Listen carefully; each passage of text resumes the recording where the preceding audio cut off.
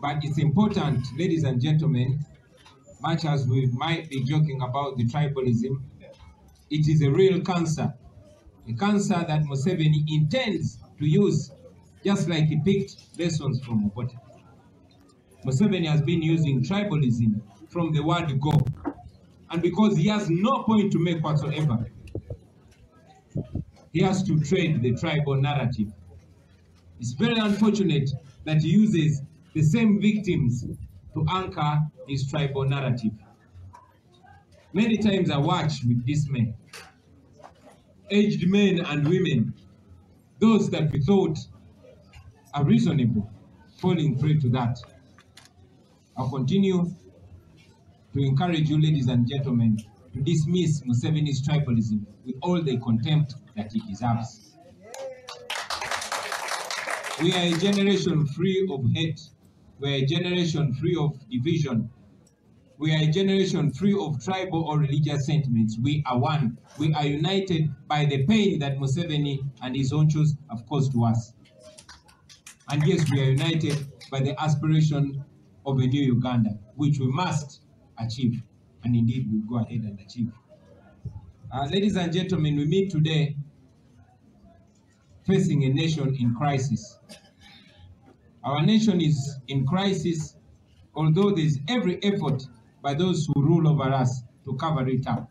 And it explains the propaganda that is flying here and there. All of you, I'm confident, that have been affected by the soaring fuel prices.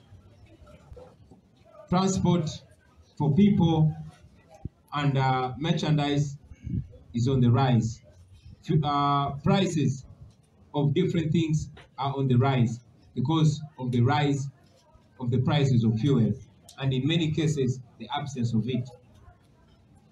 I've been very well represented by the comrades that have spoken to us. Museveni did not build any reservoir, but even what he found, he either sold or destroyed or rendered useless. I'm informed that the reservoirs in Jinja can store up to 3 million liters of fuel. 30 million liters of fuel, but they're empty. And the regime is not concerned. Why? Because the higher the prices go, the more benefit and profit their bootlickers make. Because as you know, the economy is owned by the few, the powerful and mighty who are close to Museveni, either his relatives or, hunger zone. That is where we are as a nation. Our nation is in crisis, ladies and gentlemen, because the common person is at the height of suffering. All of you have noted for the borders being blocked from the city and blocked from business. All of you have seen with pain our brothers and sisters, the common people, the hawkers, being, carried away and humiliated by the military because they believe the city has to belong to the few, the rich and the mighty. While the regime is spewing propaganda, all of you know that there's a crisis in the rule of law. You noticed a soldier shooting a police officer. The media has not talked about that. All of you have seen schools burning mysteriously in Chotera and here in Kawempe. It's on that note, ladies and gentlemen, I want to request us to give a moment of silence to the deceased.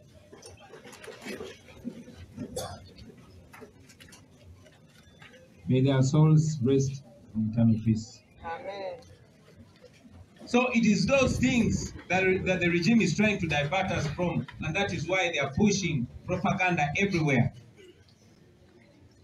I didn't intend to talk about that nonsense. I didn't intend to talk about the lies that are being presented on what is supposed to be the national newspaper. What a shame. All of you saw Museveni rewarding his former chief propagandist and making him head of New Vision. So if you get surprised by what the New Vision is doing now, the new surprised me. What did you expect? The New Vision is now the new tabloid in town. Unfortunately, it has descended even far deeper than the levels of a tabloid. It's a shame, but that's the country that we're dealing with. So if you see Museveni and his regime trying to push all manner of propaganda, then you know that they're trying to cover up something. Do not fall victim to that. Do not be diverted.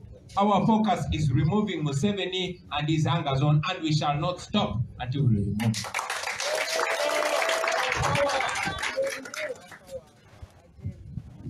Ladies and gentlemen, I also want to talk about the continued detention and abduction of our comrades. Just yesterday, our brother Kassim Migade was released from Chitalia after 1 year. Kassim Migade is a young man you saw on video back in 2017, 2018, being beaten by the police on a police station. Fortunately, not all police officers are evil. One of them filmed it and it went viral. They approached him and apologized to him, but I believe they were only, making an effort to mark him, because only a short while later, he was once again abducted, tortured at CMI, and later on dumped at Chitalia, where he spent a full year. I'm not sure if we have Kassim Migade here, but we welcome you back, my brother. As we speak, our leaders, members of parliament, Honorable Sejirinya and Honorable Sewanyana, are still in prison, denied bail for reasons best known to the dictator. As we speak right now, abductions are continuing. Our people are being abducted, tortured, some being killed. We only talk about those that we know, but many Ugandans are going through the same horror. We condemn it, but I'm telling you, we are only speaking, but there will come those who are not speaking with the mouth, but speaking much more firmer than we do.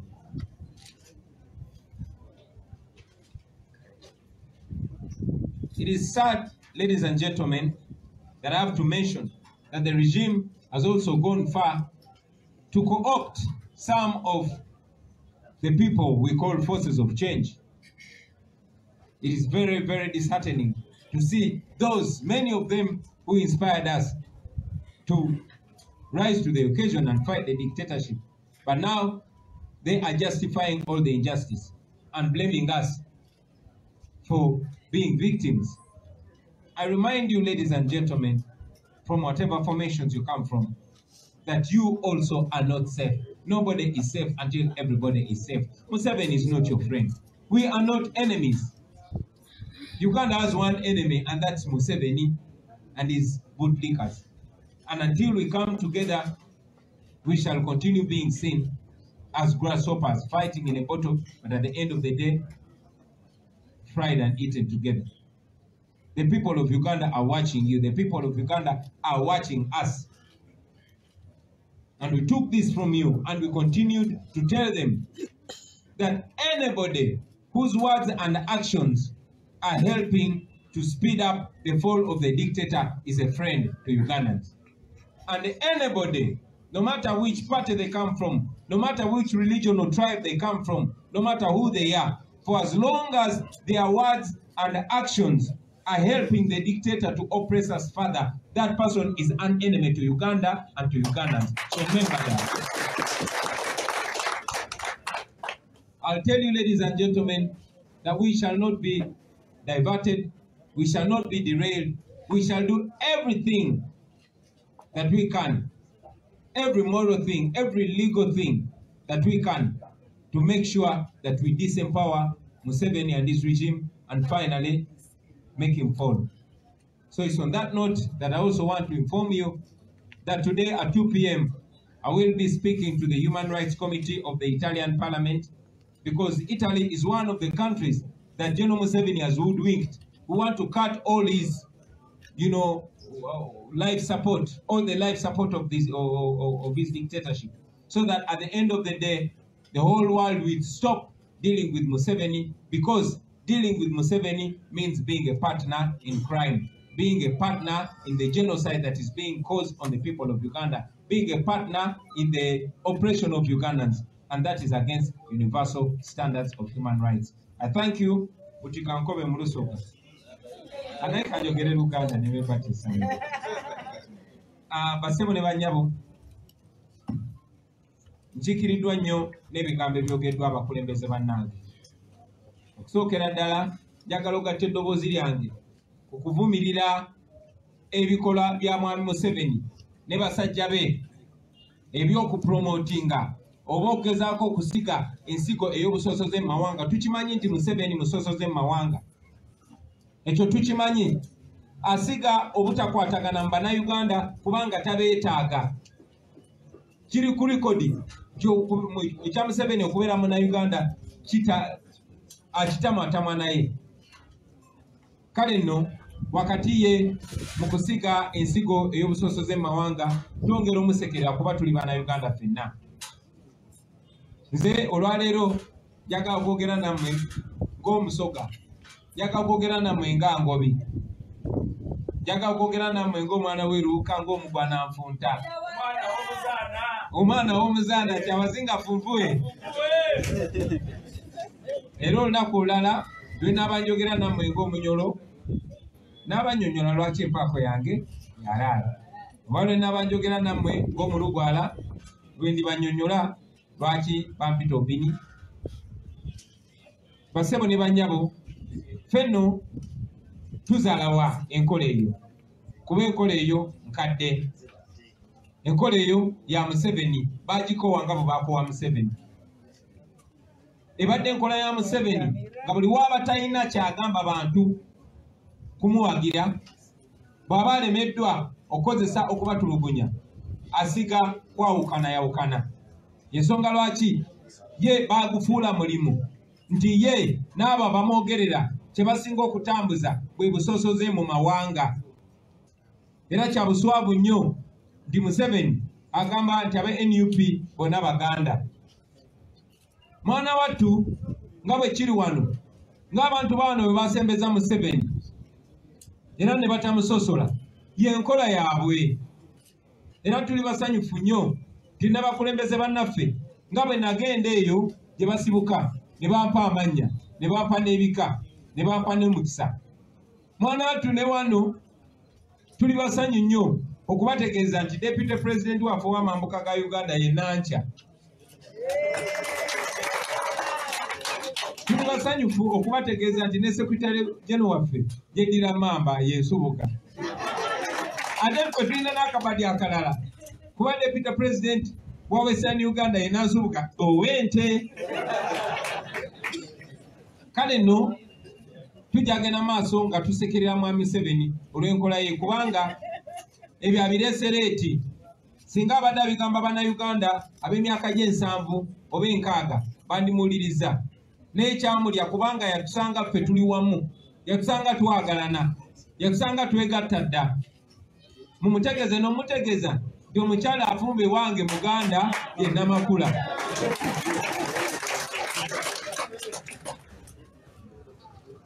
Ekyo nga tukivuddeko basebo ne bannyabo, njagala obategeeza nti ebyo byonna byonna ebitambuzibwa byogerwa okugezaako okubajja ku mulamwa, ogezaako okubajja ku nsonga enkulu, naye ng'eggwanga lyaffe eriri mu matigga, eggwanga lyaffe eriri mu katu. Ng'essaawa ya leero twogerera emiwendo gy'amafuta gyekanamye okusinga buli omu bwe yali atebereza. Emmotoka tezikyatambula, transport ow'abantu n'ebyamaguzi yeeyongedde. Lwaki? Olw'enfugabbi, olw'enkulembera enfu, kubanga ye n'abo bamwetoolodde balina okukola ssente mu buli kimu. Abatambulako nga muyita ku airport y'Entebbe mumanyi bulungi nti buli ayingira eggwanga oba okufuluma bakebera, naye ebiseera ebisinga ne results ne batazikuwa kasaba kujjako ssente. Ye Museveni yasalawo eggwanga difuula kyamaguzi, dikamulamu buli ssente zasobola dikamulamu. Olwaleero eggwanga lyaffe eri mu matigga basebo ne bannyabo, kubanga abaana bali mu kuddayo ku masomero nena abazadde tebasobola yadde okukunganya sente z'abaana ku masomero kuba badde tebakola kumala emyaka 2 ekyennaku nti ate amasomero agasinga naddala ago agaabwe gayongeza ebisale by'abaana okusoma. Tuli matigga kuba abantu ba bulijjo abatembeyi bali mu kugoba ku nguudo nga tebabawadde alternative, tebawadde kyakuddamu. Twakyogerako era tukyogerako nti ekibuga nga kinaakola kinokula nga mulimu ki n'abantu, naye kubanga baagala ekibuga kifuula ky'abantu abo ab'olubatu bali mukola enkola eyo. Tuli matigga basebo ne banyabo kubanga n'abatambuza abantu ba bulijjo abeekolera emirimu gyabwe nabo banyigirizibwa. Mulaba kye bakoze bodaboda era kye bali mu kwongera ozikola. Batambuza oyo propaganda kubanga tebalina kyakunnyonnyola ku basirikale bagenda bakozesa bubi mundu. Mwalabye omusirikale yakubye owa traffic esasi, ekyo tebasobola kyogerako. Tebasobola kwogera ku masomero gali mu kujja nga tewali kunnyonnyola. Ekyo no kikunnyonnyola lwaki amawulire eryandibadde eggulira eggwanga ekkulu erya New Vision kati olunaku lwaleero lyerikozesebwa ate okutambuza obulimba. N'ekyo bw'okyewuunya gwogwe mba neewuunya kuba mwenna mumanyi omwami eyali propagandist wa Museveni, Secretary General ono nzikundira ekigambo propagandist, omukubi mumulabye ensubuga, omukubi wa pokopoko wa Museveni omukulu, mugeto gwe tuyita palapase wa Museveni omukulu. Bweri nkola ya Museveni nti buli amukolera ekimuyamba omukumira mu buyinza amutonera eddimu eddene oba akwasa New Vision. So bwe mwewuunya New Vision okozesebwa nga tabloid ate nange mba mbeewuunya basebo ne bannyabo. So eryo ly'eggwanga lye tulimu baganda bange. Sijja kutwala budde kwogera ku bya bulimba bye bagezaako okuteeka ku NUP kubanga nga Ssekamwa waffe bwagambye nti ddala omuti ogulina ebibala gwe gufa enkonyoko. Tujjagumira enkonyoko za mwami Museveni paka naffe we tuna kasuka eyaffe naye ajja giwulira inshallah.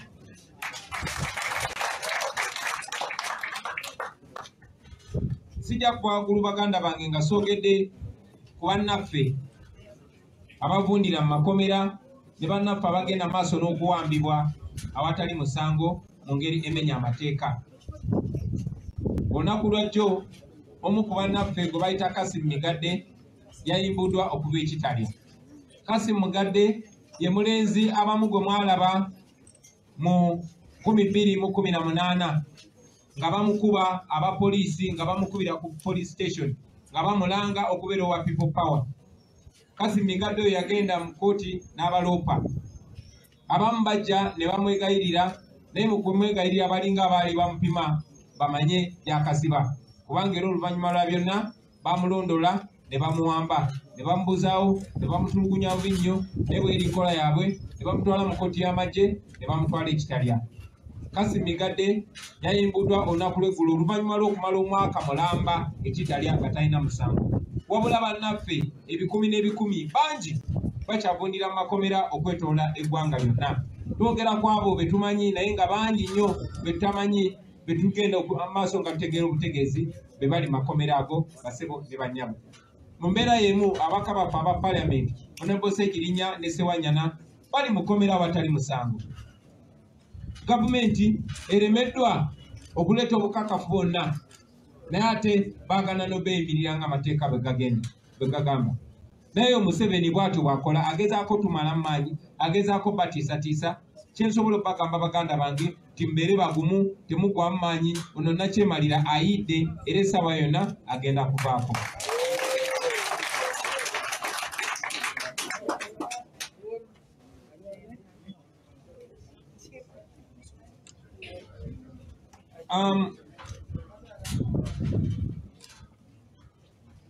Njagala okwogera ku nsonga gye ndowooza nti nkulu nnyo, ensonga y'abannaffe. Bangi ku bo be twalabirako, bangi ku bo be batusookayo mu kaweefube ono w'okulwanyisa Nakyemalira. Naye nga mu kiseera kino bafaanana ate nga emundu zaabwe mu kifo kyozitunuliza nakyemalira bazitunuliza bannaabwe. Ekyono kyenyamiza kibanga ekigamba nti omulabe waabwe kata kyalina kyemalira naye mulabe waabwe ate ye NUP. Njagala bategeeza abaganda bange nti abasibe okulwanira mu kkomera libabbula ly'amagezi ng'omugenzi Basudde bwe yagamba. Omulabe wa Uganda ali omu. Omulabe wa Uganda ye Museveni n'obwannakyemalira bwe. Era ffenna tulina kubeera nga tulwanagana nannakyemalira. Bwe tubanga ddala bye twogera bye tutegeeza. Bannayuganda batwegesa obwangu, batunuulidde era batulabira ku bikolwa byaffe. Mu mwasooka mwatusooka okwogera bwe tuti era naffe tukyogedde era tukikatiriza kuba twagala ffenna kibeere nga kyekimu nga kitukwatako nti omuntu yenna ng'ebigambo bye oba ebikolwa bye byanguya okuvaako kwa nnakyemalira Museveni, oyo munnaffe, oyo munnammwe Bannayuganda.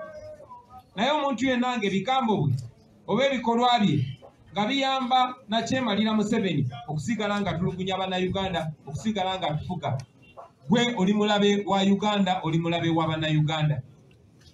Kati mwe Bannayuganda mututunulire butunulizi mu bikolwa byaffe n'ebigambo byaffe, mutusengejje musirike. In fact musirika mukole kye mulina okukola. Njagala kubaagulu nga mbategeeza abaganda baffe iffe tetulekerangaawo era tetugenda kulekeraawo kulwanyisa nnakyemalira mu buli ngeri yonna, ku buli front yonna gye tufuna. Tumanyi nti Museveni ekimuyambye okutufudubalako ze ssente zeyoola mu mannya gaffe, mu mannya g'abaana baffe, ne zibbibwa abantu be oba ne zikozesebwa okutunyigiriza n'okututta, ate ng'oluvannyuma lwa byonna ffe n'abaana baffe n'abazzukulu ffe tugenda ozisasula. So mu mbeera y'emu olunaku lwa leero ku ssaawa 8 ngenda kuba nga njogerako n'akakiiko k'eddembe ly'obuntu aka palamenti y'e Italy, era byonna mbibagambe nga bwe biri. Museveni tumulabise nga bwe kisoboka. Ng'ekigendererwa twagala amawanga ago galekeraawo okolagana ne Museveni. Era akakolagana ne Museveni kakyogererwatu nti nabo bannakyemalira, nti nabo bapartner in crime, banne ba Museveni mu kunyigiriza Bannayuganda n'okubatta. Mwebale nnyo basebo, mwebalire ddala. Ndowooza mu Luganda nayogeddeko ku nsonga y'ebbeeyi y'amafuta n'ebirala byonna. Mwebale nnyo, mwebalire ddala. Mukama abaffe n'omukisa.